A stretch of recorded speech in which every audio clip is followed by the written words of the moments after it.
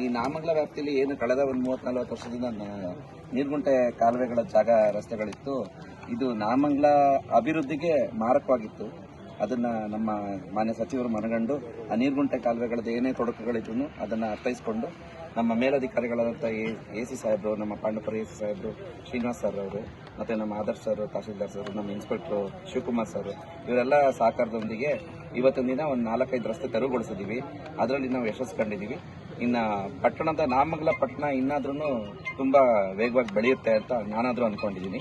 ಇದು ಇಮಿಡಿಯೇಟ್ ಆಗಿ ಇದನ್ನ ಏನು ರಸ್ತೆಗಳು ತೆರವುಗೊಳಿಸಿಕೊಂಡಿದ್ದೀವಿ, ಇದನ್ನ ನಾನು ನಮ್ಮ ಮೇಲಧಿಕಾರಿಗಳು ಎಲ್ಲ ಸಚಿವರಿಗೆ ಗಮನಕ್ಕೆ ತಂದು ಇಲ್ಲಿ ಆದಷ್ಟು ಬೇಗ ರಸ್ತೆಗಳನ್ನ ಕಾಂಕ್ರೀಟ್ ರಸ್ತೆ ಅಥವಾ ಟಾರ್ ರಸ್ತೆನ ಮಾಡಿಸೋದಕ್ಕೆ ಕ್ರಮ ವಹಿಸ್ತೀವಿ.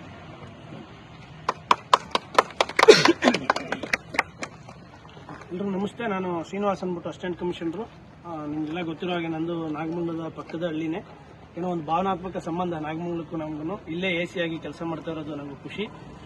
ಇಲ್ಲಿ ಅನೇಕ ಸಾರಿ ನೀರ್ಗಂಟಿ ಕಾಲುವೆಗಳು ಒತ್ತುವರಿ ಆಗಿರೋ ಕುರಿತು ಸಾರ್ವಜನಿಕರು ಅನೇಕ ದೂರುಗಳನ್ನ ಕೊಟ್ಟಿದ್ರು. ಆ ಕುರಿತು ಸಚಿವರು ಕೂಡ ಎಲ್ಲ ಸಾರ್ವಜನಿಕ ಸಭೆಯಲ್ಲಿ ಚಲುವರಾಯಸ್ವಾಮಿ ಸರ್ ಅವರು ಎಲ್ಲ ಆದ್ಯತೆ ಮೇಲೆ ಪರಿಗಣಿಸಿ ಇದನ್ನ ಅಂತ ಹೇಳಿ ಬಹುಶಃ ಇದು 3-4ನೇ ಭೇಟಿ ಅನ್ಸುತ್ತೆ. ನಾವು ಅಧಿಕಾರಿಗಳೆಲ್ಲ ಬರ್ತಾ ಇರೋದು ಸ್ಥಳಕ್ಕೆ ಕ್ರಮವಾಗಿ ದಾಖಲೆಗಳನ್ನ ಸರಿಪಡಿಸಿಕೊಂಡು ನಾವು ಏನು ಈಗಾಗಲೇ ನೀರ್ಗಂಟಿ ಕಾಲುವೆ ಅಕ್ರಮವಾಗಿ ಮಾರಾಟ ಆಗಿದ್ದನ್ನ ಸರ್ಕಾರಕ್ಕಿಡುವಂಥ ಕೆಲಸವೂ ಕೂಡ ಆಗಿದೆ. ಇನ್ನೊಂದು ಪಾನಿದು ಇಲ್ಲಿ ಏನು ರಾಜಕಾಲುವೆ ತರ ಇದು ನೀರು ಹರಿದು ಹೋಗ್ಲಿಕ್ಕೆ ಸರಾಗವಾಗೂ ಕೂಡ ಒಂದು ಮಾರ್ಗ ಆಗಬೇಕು. ಮತ್ತೆ ಅದ್ರ ಪಕ್ಕದಲ್ಲಿ ಒಂದು ಚಿಕ್ಕ ರಸ್ತೆನೂ ಕೂಡ ಆಗ್ತದೆ.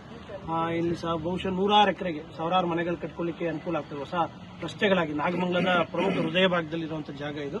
ಹಾಗಾಗಿ ವಿಶೇಷವಾಗಿ ನಮ್ಮ ಚೀಫ್ ಆಫೀಸರ್ ಶ್ರೀನಿವಾಸ್ ಅವರು ಹೆಚ್ಚಿನ ಆದ್ಯತೆ ತೆಗೆದುಕೊಂಡಿದ್ದಾರೆ. ನಮ್ಮ ಸರ್ವೆ ಇಲಾಖೆ ಇನ್ಸ್ಪೆಕ್ಟರ್, ನಮ್ಮ ತಹಶೀಲ್ದಾರರು ಎಲ್ಲರೂ ಒಂದು ಟೀಮ್ ಆಗಿ, ಎಲ್ಲಕ್ಕಿಂತ ಹೆಚ್ಚಾಗಿ ಸಾರ್ವಜನಿಕರು ಯಾರು ಕೂಡ ಹೆಚ್ಚು ಪ್ರತಿರೋಧ ವ್ಯಕ್ತಪಡಿಸಿಲ್ಲ. ಅವರೇ ಒಂದು ಮಾನವೀಯತೆ ದೃಷ್ಟಿಯಿಂದ ಇಲ್ಲ ಇದು ಸಾರ್ವಜನಿಕ ಉದ್ದೇಶಕ್ಕೆ ಅಂತ ಹೇಳಿ ಇದು ಮಾಡಿದ್ದಾರೆ. 100 ಜನ ಸಾರ್ವಜನಿಕರು ನೀವುಗಳು ಕೂಡ ಎಲ್ಲರೂ ಸಹಕಾರ ಕೊಟ್ಟು ಒಂದು ಒಳ್ಳೆ ಕೆಲಸಕ್ಕೆ ಬೆನ್ನೆಲುಬಾಗಿ ನಿಂತಿದ್ದೀರಿ. ವಿಶೇಷವಾಗಿ ಮಾಧ್ಯಮದ ಮಿತ್ರರು ಕೂಡ KR ಪೇಟೆಗೆ ಬಂದಾಗೆಲ್ಲ ಒಂದು 100 ಸರಿ ಸರ್ ನೀರ್ಗಂಟಿ ಕಾಲುವೆ ಯಾವಾಗ ಬಿಡಿಸ್ತೀರಿ, ನೀರ್ಗಂಟಿ ಕಾಲುವೆ ಯಾವಾಗ ಬಿಡಿಸ್ತೀರಿ ಅಂತ ಒತ್ತಡನು ತರೋದ್ರ ಮುಖೇನೂ ಒಂದು ಸಮಾಜಮುಖಿ ಕೆಲಸ ಆಗಲಿ ಅಂತ ಹೆಚ್ಚು ತಮ್ಮ ಬಯಕೆಯನ್ನು ವ್ಯಕ್ತಪಡಿಸಿದ್ದಾರೆ ಮಾಧ್ಯಮದ ಮಿತ್ರರು ಕೂಡ.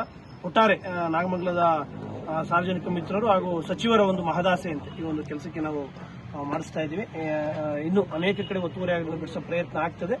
ಈಗ ಏನು ಒತ್ತುವರಿ ತೆರವಾಗಿದೆ, ಈಗ ಆಲ್ರೆಡಿ 3-4 ರಸ್ತೆಗಳು ಸುಮಾರು ಅರ್ಧ ಕಿಲೋಮೀಟರ್ ಅನ್ಸುತ್ತೆ.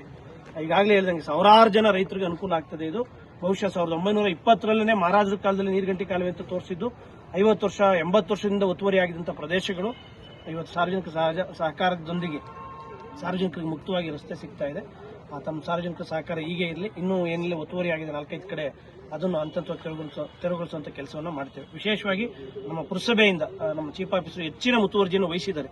ನಾವೆಲ್ಲ ಏನೇ ಸಹಕಾರ ಕೊಟ್ಟಿರೋದಿರ್ಬೋದು, ಆ ಇಲಾಖೆ ಹೆಚ್ಚಿನ ಸಹಕಾರವನ್ನು ಏನು ಒಂದು ಮುಂದಾಳತ್ವವನ್ನು ತೆಗೆದುಕೊಂಡು ಇದು ಮಾಡಿದೆ. ಅಭಿನಂದನೆ ಸಲ್ಲಿಸ್ತೀನಿ ಶ್ರೀನಿವಾಸ್ ಅವರಿಗೆಲ್ಲ. ಮುಂದಿನ ದಿನಗಳಲ್ಲಿ ಇನ್ನೂ ಹೆಚ್ಚು ಒಳ್ಳೆ ಕೆಲಸಗಳಾಗಲಿ, ಅದನ್ನು ಕೂಡ ತೆರವುಗೊಳಿಸಿ ಅಗತ್ಯ ಬಿದ್ದರೆ ನಾನು ಇನ್ನೂ 10 ಸರಿ ಬರಲಿಕ್ಕೂ ರೆಡಿ. ನಾನು ಹೆಡ್ ಕ್ವಾರ್ಟರ್ ಬಿಟ್ಟು ಆ ಕೆಲಸ ಆಗಿದೆ. Thank you.